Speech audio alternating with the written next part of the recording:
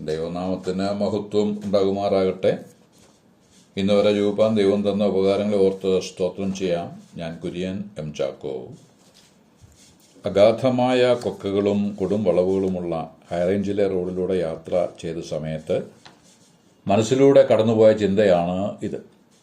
ആ ബസ്സിൻ്റെ ഡ്രൈവറുടെ കൈകളിലാണ് നമ്മുടെ ജീവൻ ഇരിക്കുന്നത്.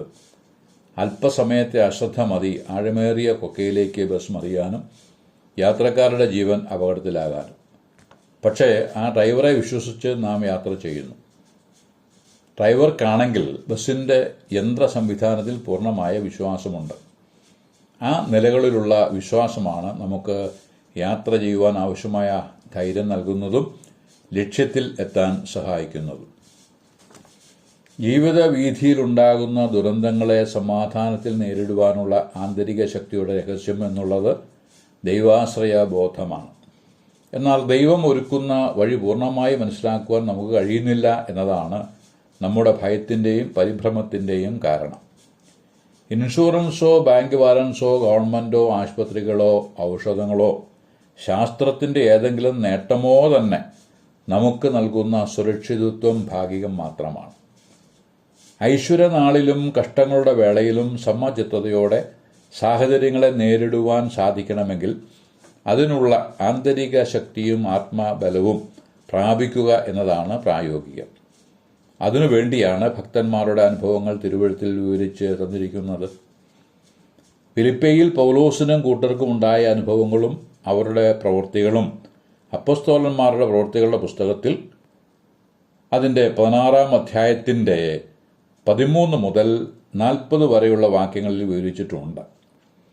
ശബത്ത് നാളിൽ പൗലോസും കൂടെയുള്ളവരും ഗോപുരത്തിന് പുറത്തേക്ക് പോയി. അവിടെ പ്രാർത്ഥനാസ്ഥലം ഉണ്ടായിരിക്കുമെന്ന് വിചാരിച്ച് പുഴവക്കത്ത് ഇരുന്നു. അവിടെ കൂടി വന്ന സ്ത്രീകളോട് സംസാരിച്ചു. തൊയേഥേര പട്ടണക്കാരത്തിയും രക്താംബരം വിൽക്കുന്നവളുമായി ലുദിയ എന്നു പേരുള്ള ദൈവഭക്തയായിരുന്ന ഒരു സ്ത്രീ കേട്ടുകൊണ്ടിരുന്നു. പൗലോസ് സംസാരിച്ച് ശ്രദ്ധിക്കേണ്ടതിന് കർത്താവ് അവളുടെ ഹൃദയവും തുറന്നു. അവളും കുടുംബവും സ്നാനമേറ്റ ശേഷം, നിങ്ങൾ എന്നെ കർത്താവിൽ വിശ്വസ്ത എന്ന് എണ്ണിയിരിക്കുന്നുവെങ്കിൽ എൻ്റെ വീട്ടിൽ വന്ന് പാർപ്പീൻ എന്ന് അപേക്ഷിച്ചു.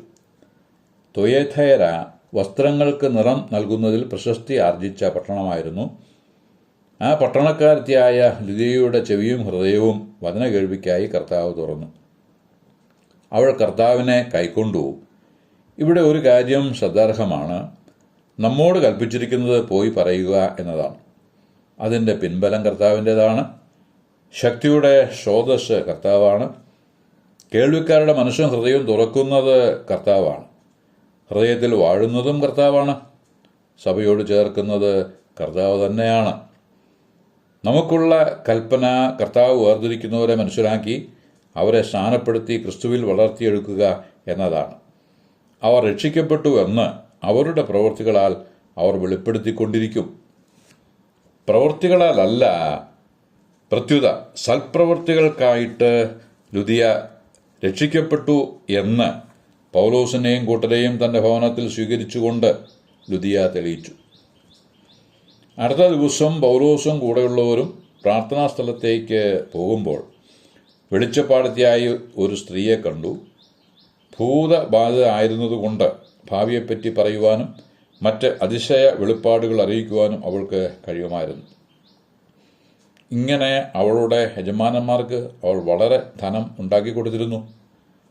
ദൈവത്തിൻ്റെ ദാസന്മാരെ കണ്ടത് മുതൽ ഇവർ അത്യുന്നതനായ ദൈവത്തിൻ്റെ ദാസന്മാർ, രക്ഷാമാർഗം അറിയിക്കുന്നവരെന്ന് അവർ വിളിച്ചു പറഞ്ഞു. പൗലോസ് അവളെ ശാസിച്ചു. അവളിൽ നിന്ന് ഭൂതങ്ങൾ വിട്ടുപോയി. അവൾ സുബോധമുള്ളവളായി തീർന്നു. ഇവിടെയും നമുക്ക് ബുദ്ധിപദേശമുണ്ട്. ഭൂതങ്ങൾ പറയുന്ന സത്യത്തിലും കാപട്യമുണ്ട്. ഏദൻ പർദീസയിൽ അത് നാം കണ്ടതാണ്. ഈ വൃക്ഷത്തിൻ്റെ ഫലം തിന്നുന്ന നാളിൽ നീ മരിക്കുമെന്ന് ദൈവം പറഞ്ഞു. മരിക്കയില്ല എന്ന് പിശാചും പറഞ്ഞു. പ്രഥമദൃഷ്ട്യാ പിശാച് പറഞ്ഞതായിരുന്നു ശരി എന്ന് തോന്നുമാറ് ഫലം പറിച്ചു തിന്ന ഹവയോ ആദമോ ഉടൻ മരിച്ചില്ല.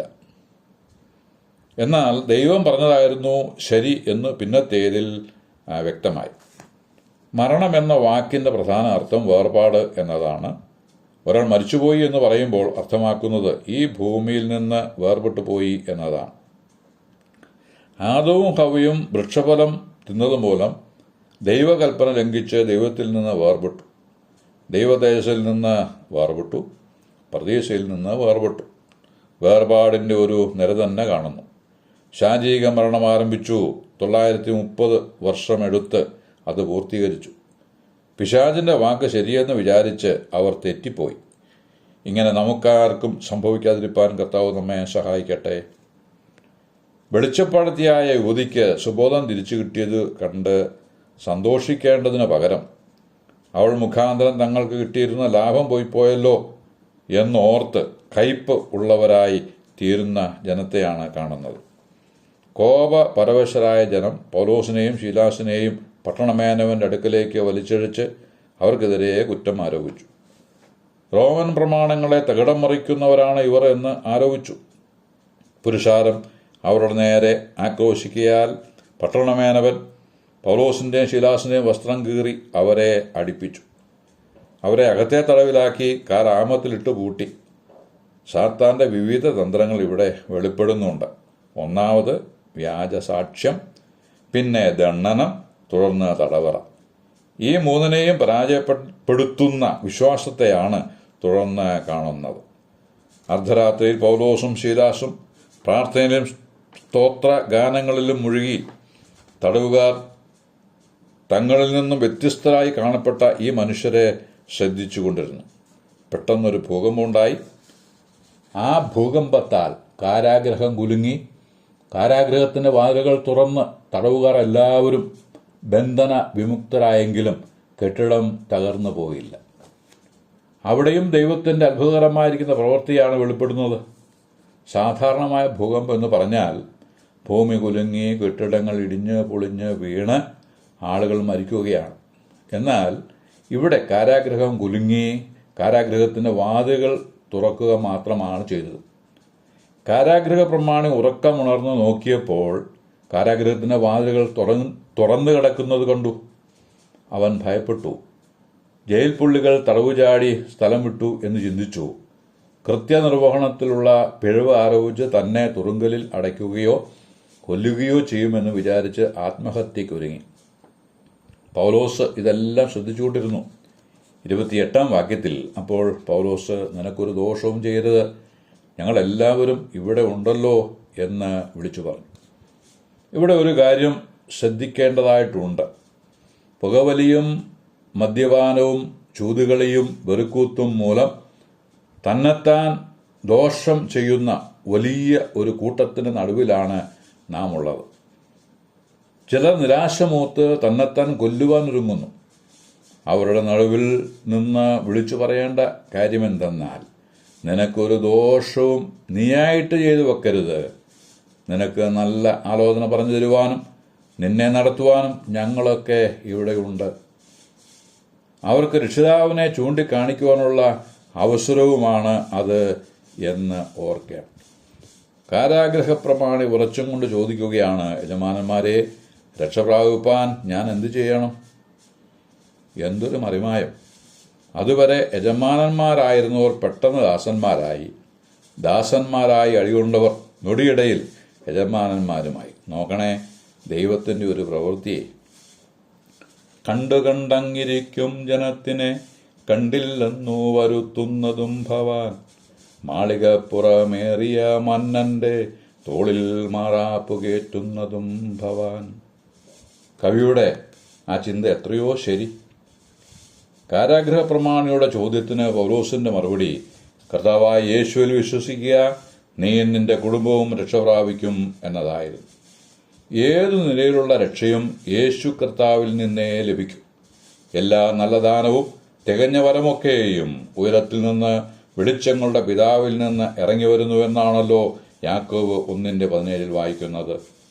കാരാഗ്രഹ പ്രമാണിക്ക് പാപബോധം വന്നു, മാനസാന്തരപ്പെട്ടു. തൽഫലമായി പൗലോസിൻ്റെയും ശീലാസിൻ്റെയും മുറിവുകൾ കഴുകി. തുടർന്ന് അവനും കുടുംബവും സ്നാനമേറ്റു. കാരാഗ്രഹ പ്രമാണി തൻ്റെ വീട്ടിലേക്ക് അവരെ കൂട്ടിക്കൊണ്ടുവന്ന് ഭക്ഷണം കൊടുത്തു.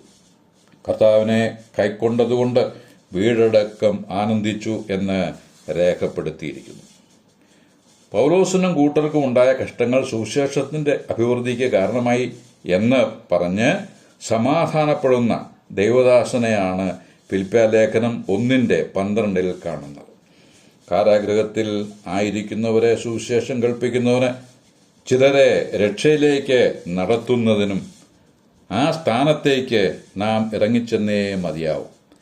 ഈ ലോകത്തിലുള്ളവരെ രക്ഷിപ്പാൻ കർത്താവ് ഈ ലോകത്തിലേക്ക് ഇറങ്ങി വന്നില്ലേ? അതാണ് മാതൃക. നമുക്കും ചില പാപികളെ രക്ഷയിലേക്ക് നടത്തുവാൻ കഴിയണമെങ്കിൽ മനുഷ്യരുടെ ഇടയിലേക്ക് ഇറങ്ങിച്ചെന്ന് രക്ഷയെ പ്രസിദ്ധമാക്കുവാൻ കഴിയണം. അങ്ങനെ ചെയ്താൽ ഡ്രൈവറിൽ ആശ്രയിച്ച് ബസ് യാത്ര ചെയ്ത് ലക്ഷ്യത്തിൽ എത്തിയവരെ പോലെ ജീവിതയാത്രയുടെ ഡ്രൈവറായ കർത്താവായ യേശുവിൽ ആശ്രയിച്ച് ലക്ഷ്യത്തിൽ ചിലർ കൂടി എത്തുവാൻ ഇടയാകും. അതിന് സഹായമായി നമ്മുടെ ശുശ്രൂഷ ഫലവത്താകട്ടെ എന്ന് ആശംസിച്ച് വാക്കുകൾക്ക് പൂർണ്ണവിരാമം കുറിക്കുന്നു. ദൈവനാമം മഹത്വപ്പെടുമാറാകട്ടെ.